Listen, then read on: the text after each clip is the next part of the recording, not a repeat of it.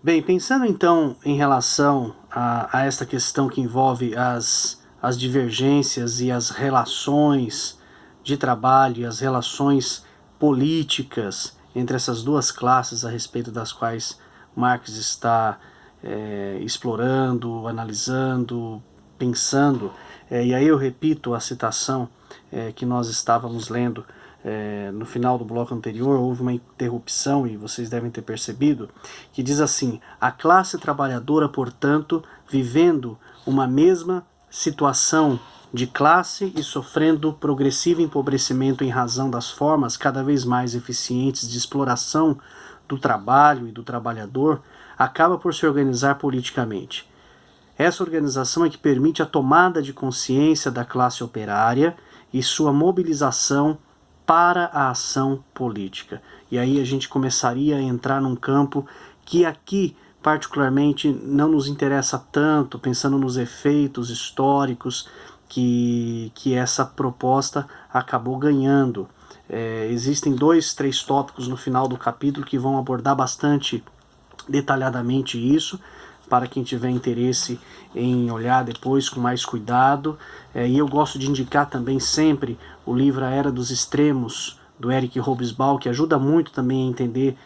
detalhadamente o pano de fundo político do século XX, a maneira como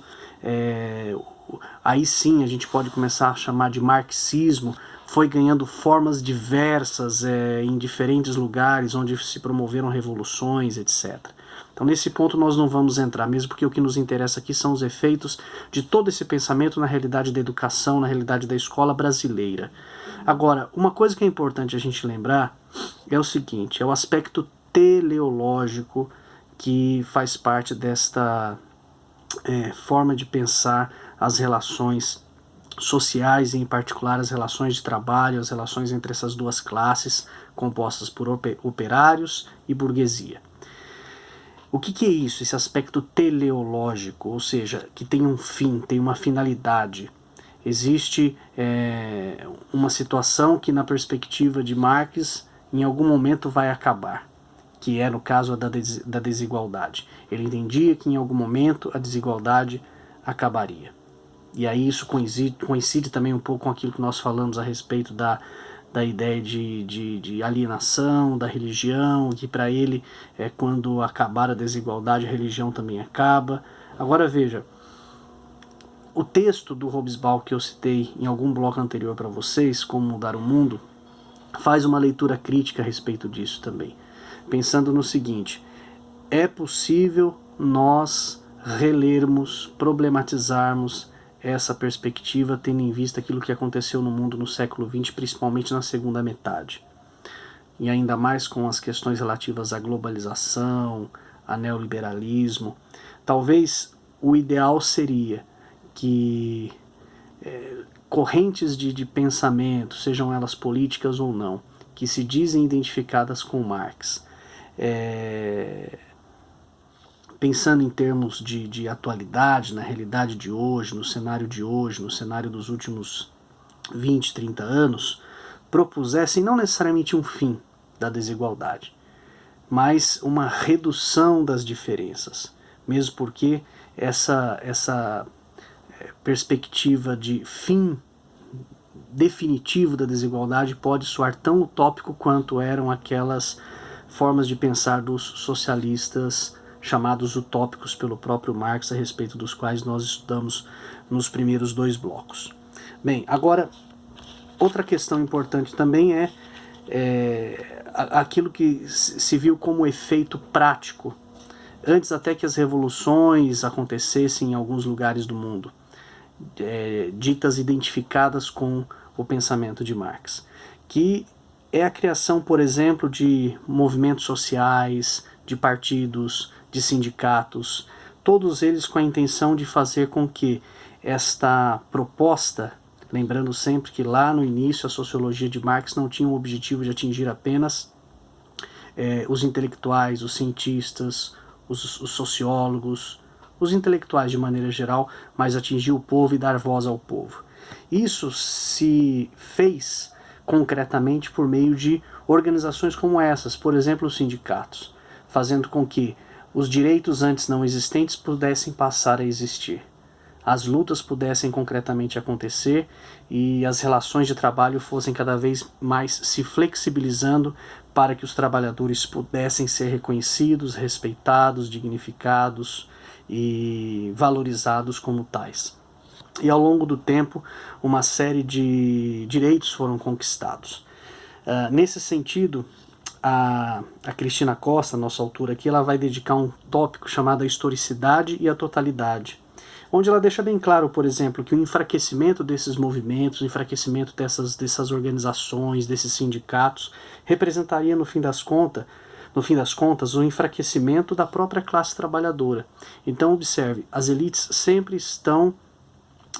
construindo discursos no sentido de fazer com que a população, a massa, de maneira geral, pense que essas organizações não são boas, não são positivas, são problemáticas, atrapalham, mas é exatamente esta a necessidade dessa elite, né? Construir esse discurso para que a sociedade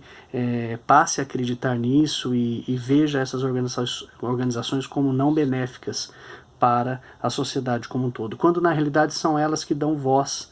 para aqueles que individualmente não conseguiriam conquistar nada, né? Bom, vamos pensar na questão da educação. A amplitude da contribuição de Marx é um tópico que a Cristina Costa dedica para falar a respeito dos vários efeitos do pensamento de Marx ao longo do século XX, e eu destacaria a questão da educação, pensando, por exemplo, que a crítica a maneira como a educação ao longo do tempo foi sendo praticada, e vamos pensar em particular em termos de Brasil, reflete, mostra, evidencia para nós, ao invés de um combate à desigualdade, ela acabou servindo mais para reproduzir, para preservar, para acontecer no sentido de manter essa desigualdade cada vez mais. Quando nós falamos que a educação sempre existiu um tipo de escola para as elites e um tipo de escola para o povo, e a gente sempre olha pelo aspecto qualitativo, né, como quem diz, as escolas boas, a boa educação, a escola de qualidade é para a elite. A escola ruim, sem estrutura, sem qualidade, é para o povo. O que a gente está pensando? A gente está pensando exatamente nisso, na maneira como a educação foi instrumentalizada ao longo do tempo para poder cada vez mais fazer com que essa desigualdade continuasse existindo, se preservasse na história. E aí você tem